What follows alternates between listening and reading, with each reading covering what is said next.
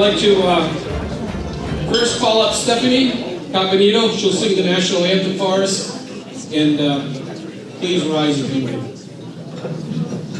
And the flag is to my right. And Stephanie is... Oh, Stephanie's right here.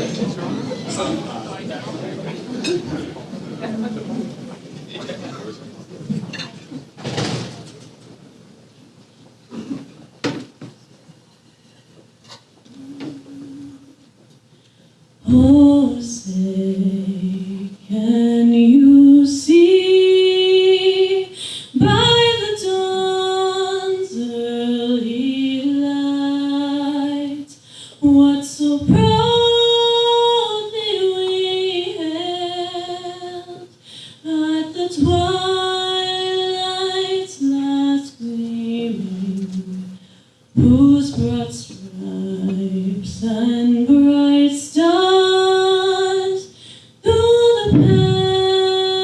perilous fight o'er the ramparts we watched, o'er so gallantly streaming, and the rocket's red glare, the bombs bursting in air, gave proof through the night that our flag was still there.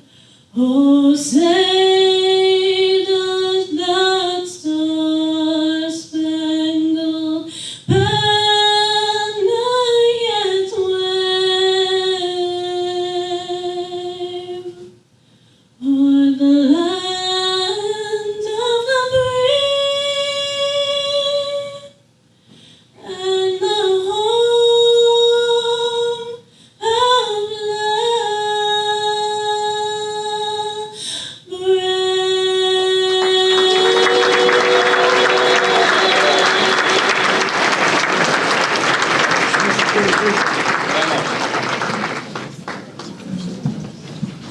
I think she deserves another round of applause. I'd like to, as you know, this is one of 120 programs the Merrimack Valley Chamber does every year, and we couldn't do it without our sponsors. I would like to thank our sponsors, title sponsor Haverhill Bank, our premier sponsors Cedars and Revise, program sponsor Pawtucket Bank, associate sponsors Brightbridge Credit Union, Mass Health Connector, TD Bank, friend sponsors All Pro Electric, LCW CDPAs, Lowell 5 Bank, Luke Jackson, Pfizer, Princeton Properties, and a special thanks to Michael's Function Hall and Lawrence Community Action Television. Give them a round of applause. The Merrimack Valley Chamber enjoys a very strong working relationship with all levels of government. We'd like to recognize State Representatives Vargas, Hamilton, Wynn, and Remus. They're here tonight, along with Haverhill Mayor Barrett and City Councilor Sean Chu.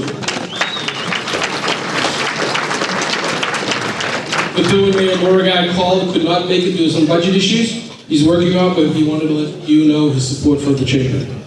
I'd like to ask you for a moment of silence.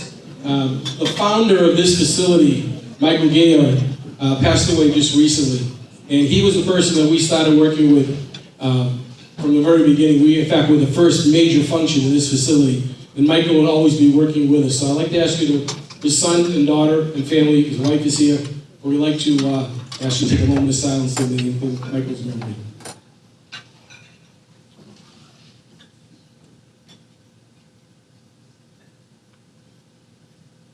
Thank you.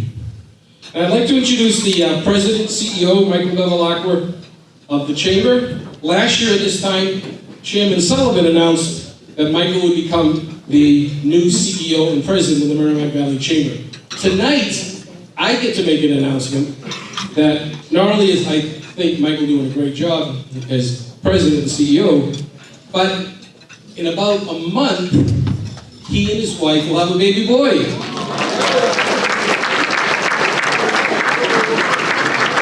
So please welcome the President and CEO of the Merrimack Valley Chamber of Commerce. Thank you. I'd like to welcome everyone to the Merrimack Valley Chamber's 2025 annual dinner. It's truly an honor to be standing here for my first annual dinner as President and CEO. I've been with the Chamber for about 14 years now, but this being my first one as the President and CEO for annual dinner is very special to me, so I just want to say thank you all for being here.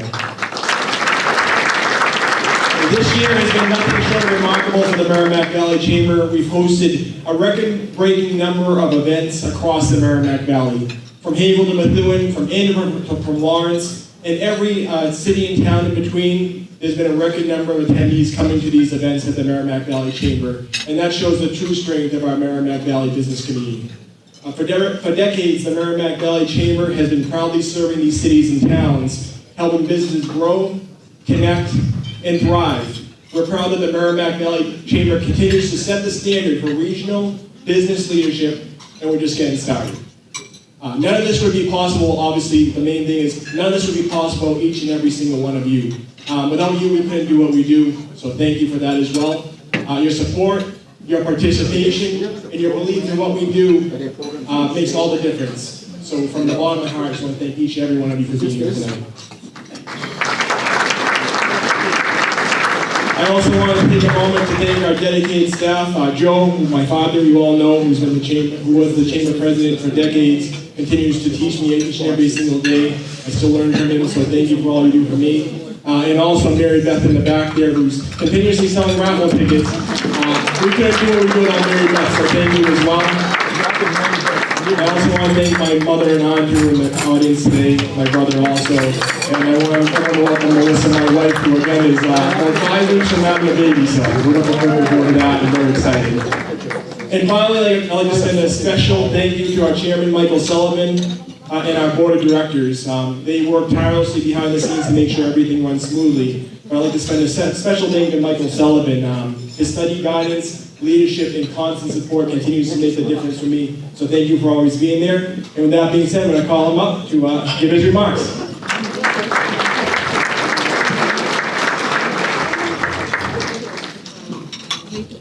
Thank you, Michael, and welcome everyone to the beautiful city of Haverhill. And we appreciate you all being here. Just a couple of reflections. Joe gave some new news that there's going to be a little grandchild in another month and a half. So 30 years from now, when Mike's ready to retire, this is the succession plan of the Merrimack Valley Chamber of Commerce. Now, if there were triplets, we'd be talking about something else. But congratulations, and just on a kind of side note, I used to get a kick out of the last 3 years when Joe was in charge. He always would tell Mike, get in the back, take a picture, get in the back, take a picture. I need a picture of this, I need a picture of that. And all you know what I'm talking about, because you're the ones that have been around. So now what I want to do, Mike just said to me, how do I get my old man in the back taking pictures? So Joe, we want you in the back taking pictures. These guys do a great job, and just a couple of quick announcements that I want to mention, and then we'll get on with the program. And we thank Lieutenant Governor Driscoll for being here. We want to thank Mr. Tom Spitaleri, the ambassador of the Merrimack Valley Chamber. Tom does all the videotaping, so Tommy, thank you for being a Chamber ambassador. We appreciate you. Northern Essex Community College President Lane Glenn is here. Thank you, Lane, for being here. Some of you also spent many, many years on the board of directors and steering the way. So, as Mike said, incredibly, there's been over 100 plus events throughout this year. It wouldn't have happened if it wasn't for the driving force of Michael, of Joe, and the incredible staff of the Merrimack Valley Chamber of Commerce. You would think it's 5, 6, 7, 10 people. It's one person, Mary Beth O'Brien, back there. How about a round of applause? So to the Lieutenant Governor, if you're ever looking at balancing the budget or doing stuff, hire hire that person back there. She'll get it done for you. So thank you, Mayor. We appreciate you. We've, like Michael said, we've had over 100 events, and it doesn't happen. It doesn't happen, and for a lot of you that are here in the nonprofit world that deals with your boards, the more unified the executive team and your boards are, the better. And there is no better relationship, I think, than the Merrimack Valley Chamber of Commerce and our board of directors. I mean, there's 35 people that serve volunteer on this board. And we have, I'm going to ask them to stand. If the executive branch of the board can stand, we appreciate it. Everybody on the executive committee, thank you. A nice round of applause for the executive committee.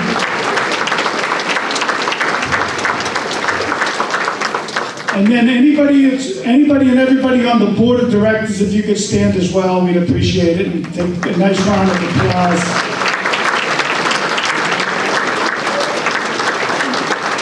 It's really the connection between the board of directors and the executive group that makes it happen.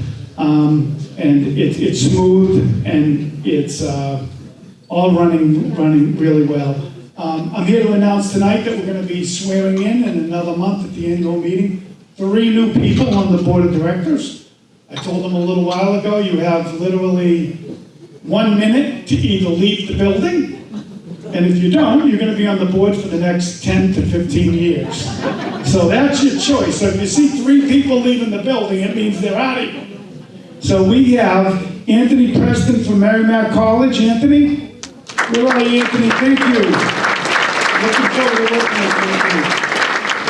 Amy Zacharellis from Cedars. Amy, thank you for everything you guys do. Great company. And Mary Lipoli from Lipoli Companies. Mary, where are you, Mary?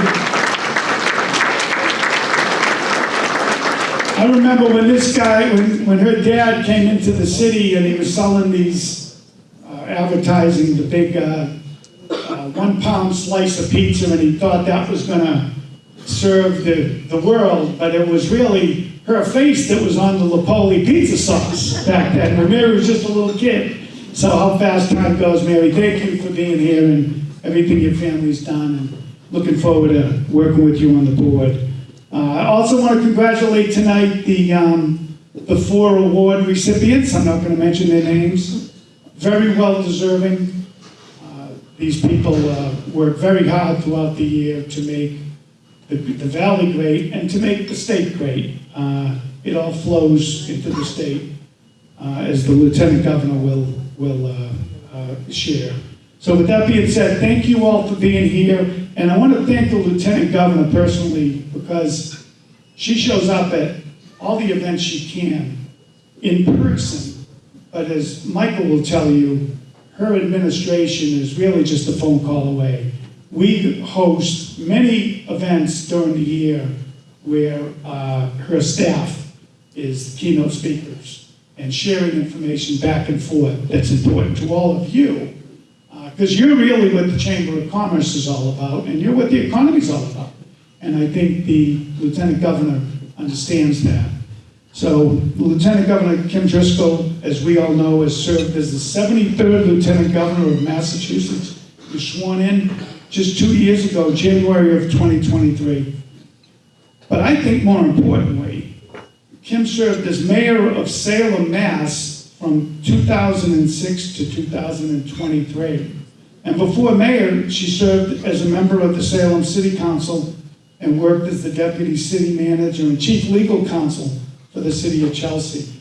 And I think when you look at the jobs, the mayor and the city council jobs are just so important, because you understand where the rubber hits the road. People know where you live, and you have to be receptive to people. You know the good and the bad, what's happening in your city, just as you know, Kim, the good and bad, what's happening within the state. And she was very popular mayor, being elected multiple times with over 80% of the vote, which is really something. So we're really happy to have her here. I know her schedule's really, really tight. She could be in many, many other places, especially coming off a great trick-or-treat in her city of Salem, right? That probably hosted 1 million+ people for that weekend, and you experienced that. So we're looking forward to your remarks, Lieutenant Governor. So with that being said, how about a nice round of applause for our Lieutenant Governor, Kim Driscoll. Thank you, Michael. Really appreciate that warm introduction, and thank you, Team Bevilacqua, for a growing team, for this amazing invitation to be with you all. I feel so fortunate to serve in this role as Lieutenant Governor, having served as a longtime mayor, and the connections that we make in this room are really critical. I want to thank Mayor Barrett for being here on the eve of election, right? That's a special night. Thank you, Linda, for everything you're doing. I want to acknowledge the amazing delegation we get to work with, Rep. Vargas, Rep. Wynn, Rep. Ramos, Rep. Hamilton. I don't think Senator Feingold is here, but you all know the Merrimack Valley is well represented, and we're really grateful to have such strong partners in the legislature. And thank you to all of you who are being here. The Merrimack Valley Chamber of Commerce is really about bringing together the community leaders, civic leaders, dynamic network of businesses that exist in the valley. You really punch out of your weight class when it comes to showcasing how to bring people together and how to move forward in an innovative and hardworking way. I think it's key to what the Merrimack Valley has always been. If you think about this particular region, it's just had such a long driver of what it takes to grow a strong economy. From the mills that powered the early industrial revolution to today's advanced manufacturing, life sciences, and tech firms that empower an innovative economy here in Massachusetts. You all are a part of that. And so I'm so grateful to be here to offer a few remarks about some of the things that are happening in Massachusetts that we're leading in ways that we want to continue to strengthen that partnership. I think with here in the region with such a strong higher education base, from NECO to UMass Lowell to Merrimack College, you've just got an amazing ecosystem that continues to grow and thrive. It's consistent with what we see in terms of the future of our own mass economy, highlighted right here in the region. Cities like Florence and Haverhill and Lowell and Methuen are seeing new investment. We're excited about that. Some of that's coming from the state, some of that's coming from the private sector, leading to downtown revitalizations and more jobs. We know jobs and tax revenues really matter. We're a pro-growth administration, and so much of the work that is happening statewide is really illustrated right here in the Merrimack Valley. You know, I think we're really focused on how we can grow small businesses, and we know that small businesses are the backbone of our local economy, whether that's investing in technical assistance and grant programs through Mass Growth Capital, supporting infrastructure through Mass Works programs, or really trying to reframe permitting and licensing processes to make it easier. Nobody wants to make it harder to do business in Massachusetts. We're really focused on how do we land and accelerate the pace of growth that's happening in our economy, particularly now more than ever, with some challenges coming at the federal level and a lot of uncertainties. We know the state's got to be that strong partner for all of you.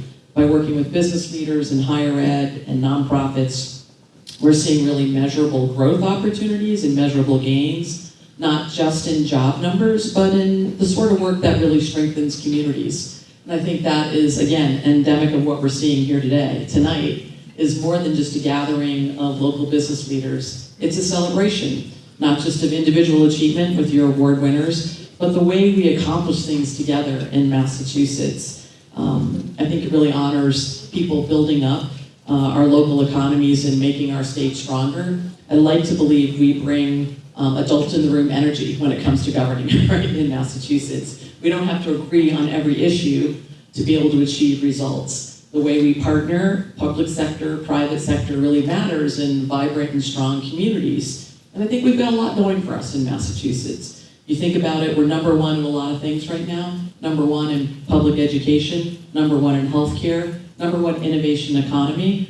We're ranked the best in the state, best place in the state to have a baby, to raise a family, to be a working mom or working dad, the safest drinking water. There is a lot of number ones associated with Massachusetts. We're not only number one in education, we're also the state that has the most number of adults with college degrees per capita. That's really important when you think about what's a key state asset. For some places, it might be they've got a natural resource like oil or gas. For others, it might be precious metals. Our big asset is people, smart, talented, innovative people who get up every day and make, in Massachusetts, make the impossible possible. It's led by a number of industries, including life sciences, and we know that only happens when people come together, when we make strides, when we don't back down, when we're not complacent. And for us, that means also trying to focus on some of the areas where we know it can be challenging in Massachusetts. We face as a state a very high cost of living, and the cost of doing business is a key focus for us. How do we improve upon that? How do we lower costs? Our economic strategy really from day one has been about trying to lower costs so we can invest in growth, in jobs, and competitiveness. It's a competitive world when it comes to so much of what we're doing, and we know that. We started out by introducing into law historic tax cuts. First, right out of the gate for Massachusetts, our administration focused on how do we lower costs. First time in 20 years, we were able to actually put in place tax reductions. That's cuts in short-term capital gain, cuts to the estate tax. We doubled the tax credits to help build new housing. We now have the most generous child tax credit in the country's history. What that means are those dollars that return to small businesses, that return to families, we know where they're being spent, in the local economy. And so we're really proud and grateful that we're able to push through some tax cuts. I think that hopefully tells you that A, the governor and I are trying to do everything we can on lowering costs for residents and being a great state to do business, and B, that when we work together, we can deliver on things that have been long waited for. 20 years, people have talked about reducing taxes. We actually did it, helping support the local economy and moving things forward. This is sort of the mindset that's guided both the governor and myself. You know, I'm really fortunate. I work alongside a governor who was like, I call her like a game time leader. We both played a little bit of hoop in college, so we have a lot of basketball references in the office. But what really strikes me is we both came from working class backgrounds. Neither one of us had the good fortune to grow up in Massachusetts. She was born and grew up right over the line in Winnicott, New Hampshire. And for me, I'm a Navy brat. I was born in Hawaii. We lived in lots of different places, Newport Beach to Newport, Rhode Island, covered a lot of territory as my dad was deployed, came to Massachusetts to go to college like a lot of people and never left. And we're so fortunate to be in these positions, serving as the first all-female team to lead the corner office in Massachusetts. Hooray for us. Somebody had to be first, we're glad it was us. But I want you to know we have this sense of urgency. We know the importance of time and moving forward and trying to align businesses and public sector and private sector to move Massachusetts forward. That's our superpower, our ability to work together as a team to accomplish big results. Whether that's in something like the life sciences industry, which started with a major investment by the state to grow life sciences research and development.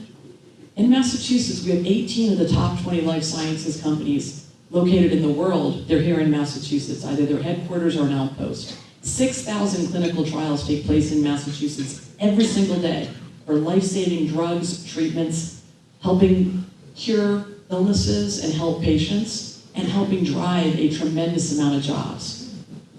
In this state, people get up every single day and make the impossible possible. We believe that we can be better than we were the day before in so many of our industries, and that innovation and talent.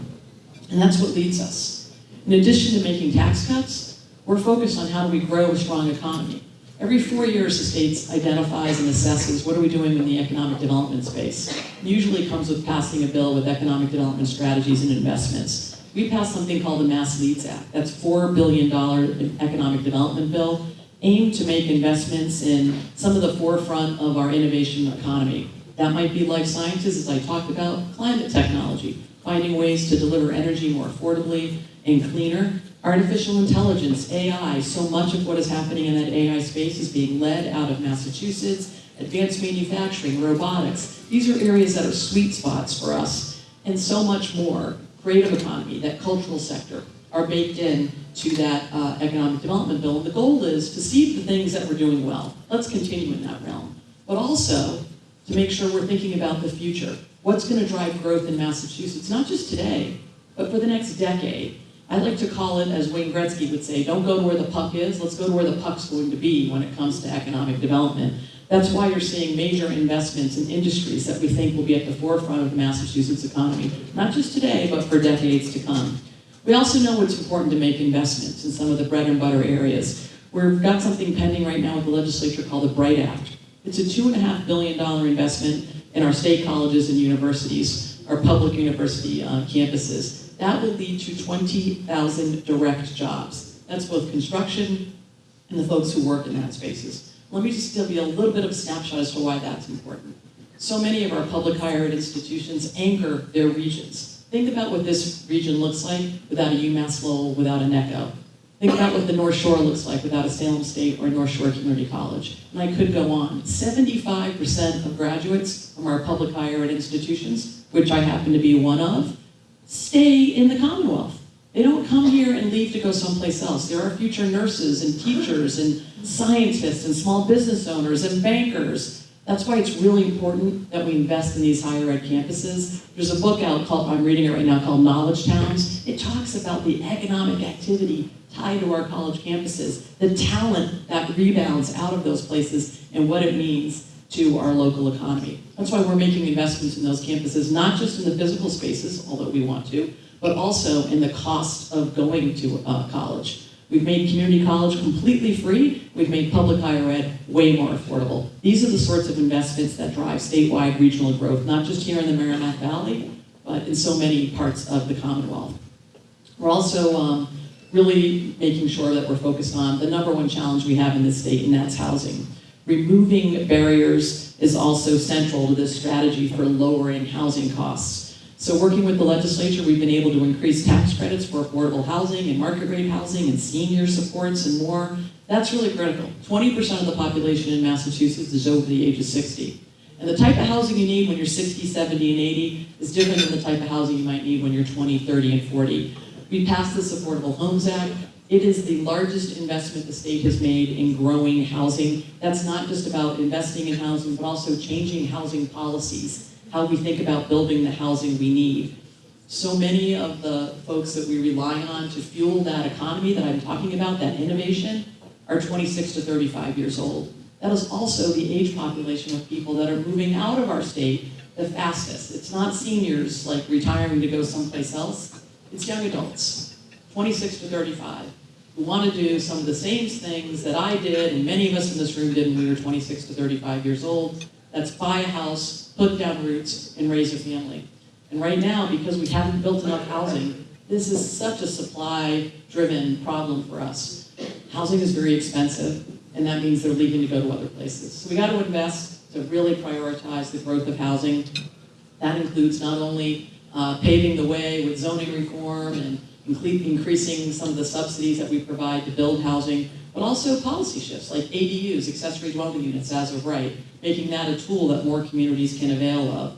We've worked with 140 communities to make zoning changes, the MVCC Communities Act, easier, especially around transit. And we've also filed something called the Mass Ready Act that is going to drive down permitting timelines. The current NEPA timeline for some of our housing can take anywhere from 6 months, sometimes to 18 months. We have driven that down to 35 days. When you have a housing crisis, you want to act like it, and that means we're not going to lower our standards, but we've got to go faster. We really got to focus on outcomes here. And look, like I said, we're going big for a reason. We never had a statewide housing plan, we do now, and that plan tells us we're 200,000 housing units short in this Commonwealth. That's how many housing units we need. That's really a factor of the fact that we haven't built enough housing the last 2 decades. And some of that's an us problem. We sometimes get in the way when it comes to building new housing in our communities. We want to try and pave the way to ensure we're building the homes that we need so we can maintain talent here. And look, in our first 2.5 years in office now, we've already got 90,000 units in the pipeline, either permitted, under construction, or built. So we know we can do this. There's lots of examples of that, and we're going to keep pressing on that front. And while I recognize it's like a really challenging time for some of our top industries, particularly when it comes to research and development, we saw about a $3 billion loss in research funding to this Commonwealth. That's a huge number that fuels a lot of economic activity as well.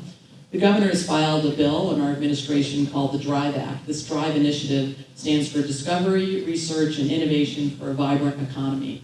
And the goal is to step in and provide some additional dollars to help fuel science, healthcare, education, and industry help us develop some long-term strategies to ensure this big, very vital part of our economy can still move forward. What's really important about DRIVE, it invests $400 million in helping grow that research arm and continue to deliver sort of the public benefits and good jobs that come with this industry, is it's not just folks in white coats. I mean, we do have a lot of people in white coats, and that's a good thing. But this particular industry, when you think about life science research and development, it's not just folks wearing lab coats, it's folks maintaining buildings and feeding people and repairing these facilities and spaces, and so much of the supply chain that goes along with that. So this is not just about filling gaps in what we're losing in federal cuts. This is really forward-looking innovation strategy. You're seeing states investing in these spaces, knowing the importance of this work that is happening to help drive their economy. We've also focused on helping, as I said, small businesses by cutting red tape, more of that to come with respect to 37 different regulations already, just wiping them out. You know, when I was mayor in Salem, we went through a code recodification. When you're looking at your local codes, Mayor, you'll appreciate this. We had codes on the book for ice hawkers and peddlers. Anybody used an ice hawker or peddler recently? Like, the bottom line is no, and sometimes these things get on books and they don't get off books. We're really focused, again, with a sense of urgency. How do we help you now? How do we peel back some of that red tape? Not just figuratively, but literally. The governor was shredding regulations and feeling very good about it. So I want to say to you, if you have regulations in your industry that you think really add a lot of cost and a lot of time without doing a lot of value, I think that's really key. Regulations can be an important thing to make sure we're operating in a fair pool. But regulations can sometimes just be the way we've always done things. We want to get rid of those. We've already done that as well. And we think this is what's going to really help, find a way to make Massachusetts, particularly in a region like this, which is so close to New Hampshire. Like, if we're doing things that are just there for doing it and not for a real purpose, we want to know and we want to curtail those actions. I got a couple more things and then I'll wrap up. We're also looking for ways to lead in this defense sector industry. Just last week, we had a convening of some of our largest defense sector contractors that operate in the state to form something called the SHIELD Initiative. It stands for, we love acronyms in government. I know you all know that. So SHIELD stands for Strategic Hub for Innovation, Exchange, and Leadership in Defense.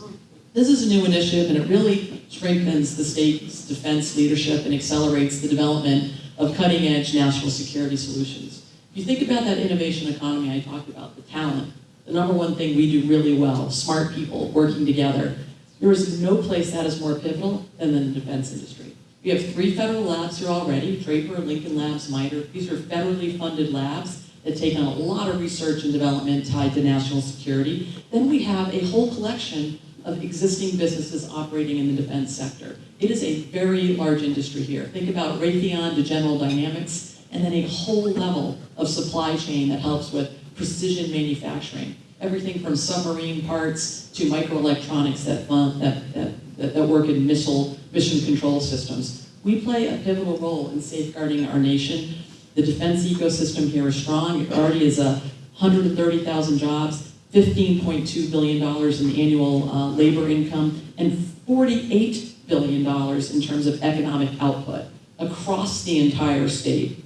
As part of the effort tied to SHIELD, we also invested $47 million. That's funding supporting military innovation, expanded microelectronics and chips programs. We're the only state with the Chips and Sciences Hub that actually added state money to help fuel more of that innovation. These are startups to existing companies that are growing at a time when the Department of Defense is saying, do not wait to be asked. Put your hand up. We are behind when it comes to safeguarding the nation in so many areas, from the tiny chips that are in your phone, in your car, that are also made primarily offshore. We need to bring those all back onshore. That leads to jobs and growth and opportunities here. We have been a leader in this national defense since before we officially became a nation. You know, Massachusetts is home of the National Guard, we're the birthplace of the Navy and of the Coast Guard. There's so much that we are doing in this space and have been doing historically, and now we are going to amp it up even more. The Department of Defense has got a mission to better safeguard our nation, and Massachusetts has got to answer that call. And I know we're on the heels of Veterans Week. I want to say happy early Veterans Day to so many of the veterans in this room. We really appreciate that. You know, we've appointed the first ever veteran secretary in John Santiago. He has secured additional dollars for both the Holyoke Soldiers Home and the Chelsea Veterans Home. These are now world-class facilities that any of you would be proud to have your family members in. We also passed the HERO Act. It is the largest comprehensive bill to aid veterans of any state in the nation. Just our way of giving back to folks who have done so much and to safeguard our nation. I'm going to close now and just say, look, I feel pretty fortunate to be living in Massachusetts and to be being a part of the leadership here at this point in time.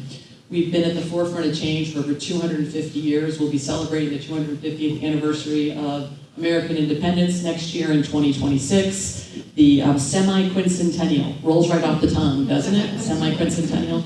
We actually started 2 years ago because we're so ahead of the curve with celebrating the 250th anniversary of the Boston Tea Party, and then earlier this year, 250th anniversary of battles of Lexington and Concord. Anybody else out there at 5:30 a.m.? Me? I'm the better patriot. Thank you. You and I, best patriots. I raise that because I think it just says something about who we are and what our ethos is. Earlier this morning, the governor and I were at the old South Meeting House to announce our 250th signature event, which will be with the Boston Pops on July 4th, and a host of other events that are happening across the state. We are recreating the Knox Trail from New York to Dorchester, bringing all the cannons along with us, important parts of our history that weren't maybe highlighted in all of our history books. Like every community has a story to tell about their role in our country's founding, and we're really, really proud to live up to it.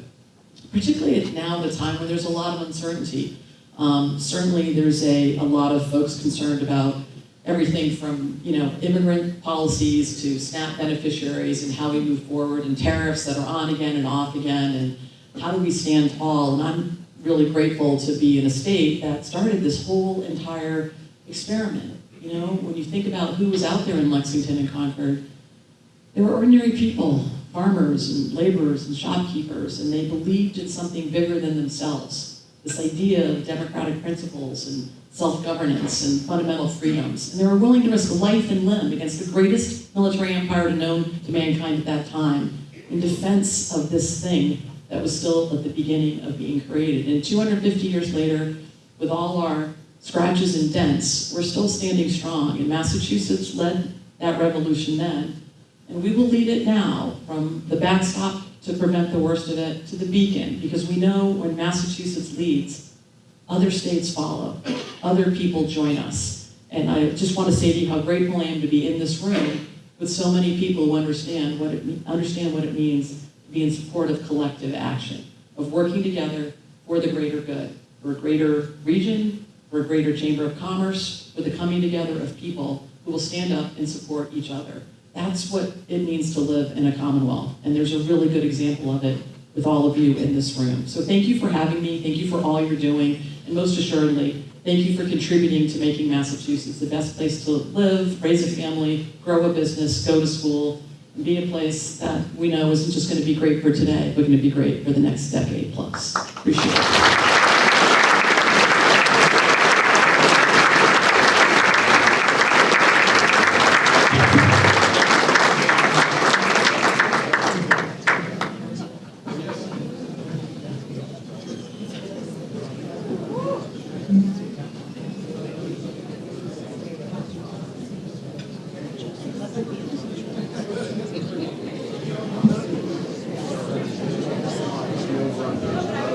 I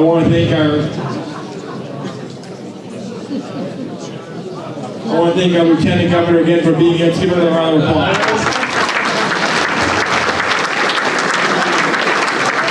We're going to move on to our awards program now. I'll be calling each of our award recipients up individually. And normally I give a little bio first, but I'd rather hear from our award recipients. So when I call them up, they're going to be saying some words as they accept their awards. So we're going to start off again with our Ralph B. Wilkinson Award recipient. It's one of the highest awards the Merrimack Valley Chamber member can receive each year. And this year's award recipient is Francis J. Keneally III, the President and CEO of the Merrimack Valley YMCA. Welcome.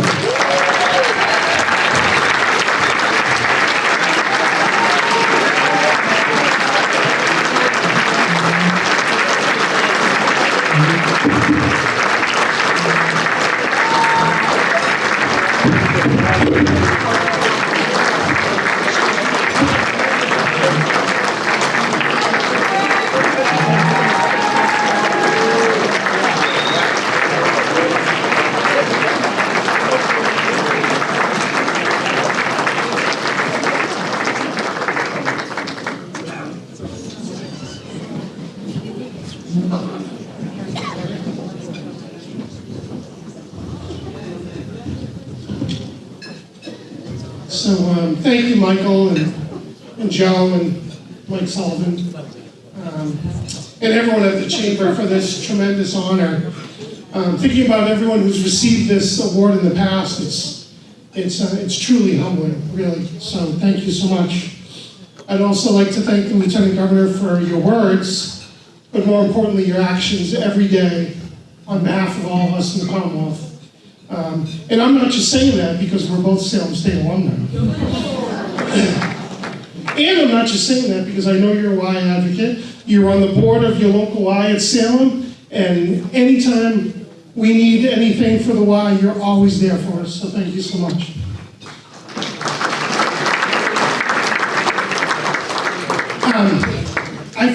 I found a career in the Y by accident. I went to school to be a teacher, and at some point I got called into the office at the Y. I was working there part-time as a lifeguard, and Walter Kimball said, "Frank, did you ever think of the Y as a career?" And I said, "I had no idea that was a thing, that you could have a career in the Y." And of course he said, "What do you think I do, Frank? I've been doing this for 20 years. And I found a place that responds to community needs, adapts to community needs. And some of those are obvious, right? When you think of the Y, you probably think of health and wellness, basketball, swimming. But there are some things that we do that are not so obvious, like housing and food work. We have mobile food pantry in Methuen. We have a food pantry at the Lawrence facility. We have 2 food trucks that go around our region and provide food for people who need it. Thank you. And that's especially important these days, for sure. We have Live Strong Cancer Survivor programs, senior programs. We specialize in youth work, child care, affordable child care that's safe, which is not only great for the young folks' educational development, but it's also an economic driver. When families have a safe place to send their kids, they can work and get involved in education and training programs. Teen education programs. A little bit of history, the Y was founded by George Williams. He was 22 years old when he founded the Y. So we know that young people are the real change makers, and we invest in them every day. All these programs and services are just vehicles for building community, building a sense of belonging, bringing people together. And isn't that something that we need more than ever today? In this time of isolation and division, loneliness epidemic, it's so important. I couldn't ask for a better organization to dedicate my career to, but the best part is I get to do it here in the Merrimack Valley, where I grew up, where I have deep, deep roots. My office is in the mill where my grandfather worked. Amazing, amazing. We raised our family here. We got deeply engaged in the community beyond just my work at the Y. Mike had a great bio that he was going to read, but I'm going to save you the time on that. And just want to acknowledge that individual awards are amazing, but no one does this alone. So many people believed in me, invested in me on my journey. People like Walter Kimball. People like Marilyn Fitzgerald, who's here, who's on my board, who's volunteered for our Y for 55 years.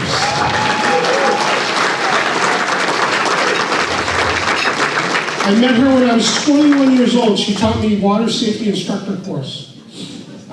Friends and family that were able to be here tonight.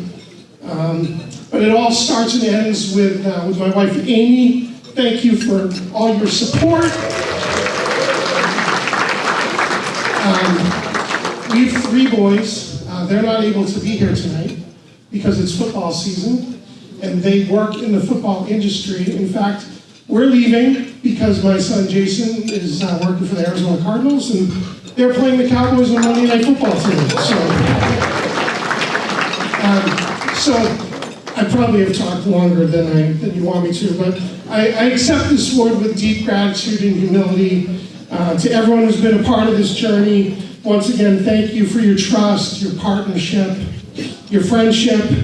This community has given me way more than I could ever give back. Thank you for this recognition.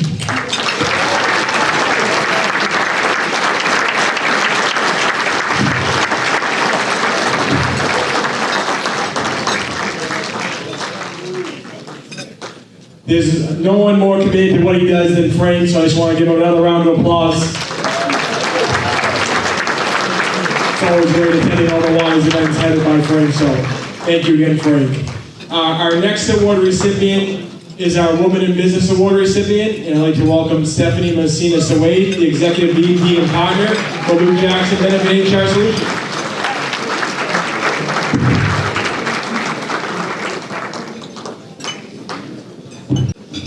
I'm a little flabbergasted, but they told me, Mike Sullivan told me, you can bang this out pretty easily. He has confidence in me. So I want to thank Mike, the Board of Directors, and the Lieutenant Governor for being here tonight. I am totally humbled and honored to be the recipient this year of this great award. And I want to talk, before I thank all the people that are here for me, I want to talk about the Chamber. Mike's starting a family, but since he started with us, the first thing he says to any new member is, welcome to the family. And I've heard it now significantly. And I joined the Chamber 10 years ago. I think I would have rather had him read my bio, but so for many years, I went to school to be a teacher too, so we have something in common, Frank. I went to Merrimack, grew up in North Andover, stayed in North Andover, still live in North Andover. I worked for Market Basket for 35 years as their HR and benefits director. Left that career 10 years ago, and my business partner Jack Myers and I started Luke Jackson. And we're brokers and we are high-end HR consultants. So I joined the Chamber 10 years ago, and I was the newbie that walked in the door, and Joe, of course, said to me, welcome. And since then, it's been one of the greatest rides. Going to other Chamber events with other chambers and seeing ours, we're blessed. There is never a day that Joe and Mike and the team and the Board of Directors doesn't work with new ideas. And they truly want every single person in the Commonwealth to succeed. It's their mission. And, you know, I know Joe takes the pictures now and Mike does the talking, but they're both connected and their families are connected. I mean, we're gonna have a new little one soon and we're excited. But they're committed to us as business owners. And I think that makes the difference. As a woman in the Chamber, I've always been welcomed. I've been pushed to strive harder. And my team, I can't say enough to Jack and my team, my Luke Jackson team, for where I am today. And also to my husband, Vernon, and my daughter, Gabrielle. They've been with me the whole stretch of the way. And sometimes they look at me and they say, what are you doing, Mom? What are you doing now? Like, I'm crazy. But they go with the flow. I also want to thank my family and my friends that came tonight to wish me well, and I'm blessed to have them. And I also wanted to thank my Sicilian mother, who is up in heaven, because she taught me to be true, to work hard, to overcome obstacles, stay focused, and most importantly, give back. And I love giving back by promoting the Chamber. As Mike Sullivan says, she'll never take no, so you better say yes right from the get-go. And that is my motto with this team. They're like, oh, we're gonna get Stephanie on it. But Mom, you taught me the virtues of being a good businesswoman and being a good person. And I have to thank everyone tonight for this honor. I'm blessed. Thank you.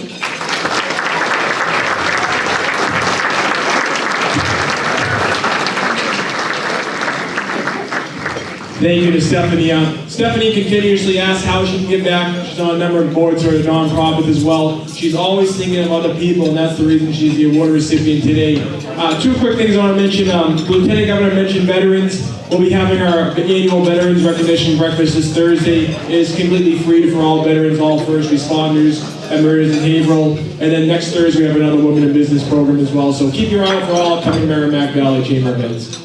With that being said, we're going to move on to the next award recipient, the Business Assistant Award recipient, Joe DePietro, who's the president of Advising. Unfortunately, was under the weather. He could not be here today, but one of his co-workers is here to accept the award, so welcome.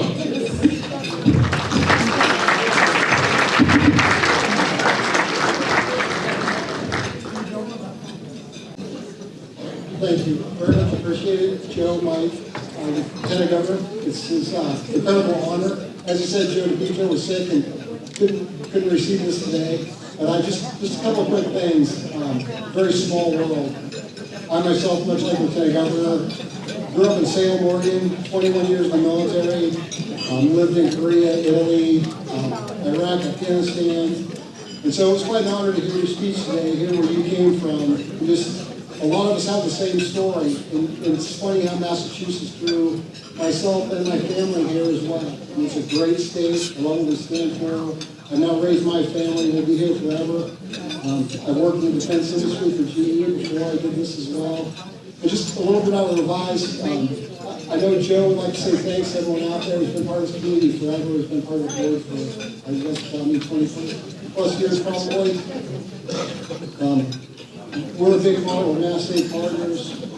We try to do our best to help the community, reduce fossil fuels. I just want to say thanks on behalf of Joe and the entire team. So thanks.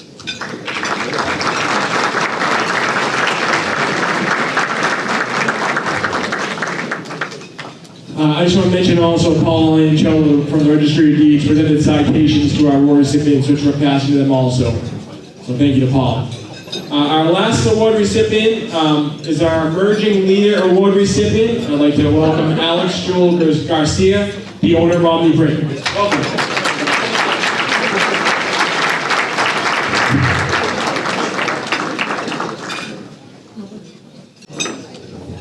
Thank you, Mike. Thank you, Chamber, for honoring me with this award. It really is a privilege. Thank you, Lieutenant Governor Driscoll. It's an honor to have you with us, for sure. Thank you for taking time to be here with us. I want to take this opportunity to express my deepest gratitude to two very special people who are here with me today. Quiero aprovechar esta oportunidad para expresar mi más profundo agradecimiento a dos personas muy especiales que están aquí conmigo hoy. My parents, mis padres.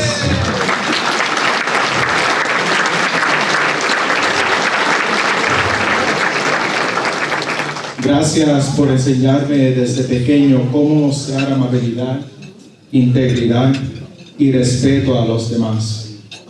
Y siempre trabajar duro no solo para mí, pero para los otros también.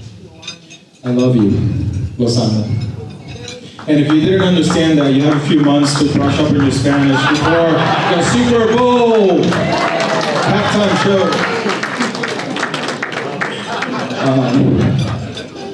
I also want to thank my team because, let's face it, behind every good leader, there's a good team, right? And so, thank you for the excellent work that you do for our company, for your performance. We're very, very lucky to have you working together. We appreciate all your hard work and dedication. Thank you, Chamber. Thank you for all being here, and please enjoy the rest of the evening.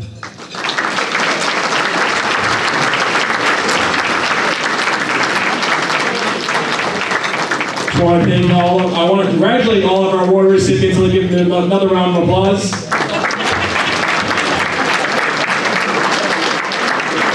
I'd also like to thank our Lieutenant Governor again for all of her remarks tonight. Thank you for being here. We appreciate it. I want to thank all of our sponsors again of tonight's program, our title sponsor, Haverhill Bank, our premier sponsors, Cedars and Revise, our program sponsor, Kentucky Bank, our associate sponsors, Brightbridge Credit Union, the Health Connector, TD Bank, and our friend sponsors, All Pro Electric, LCW, Lowell 5 Bank, Luke Jackson, Pfizer, and Princeton Property. So we give a round of applause.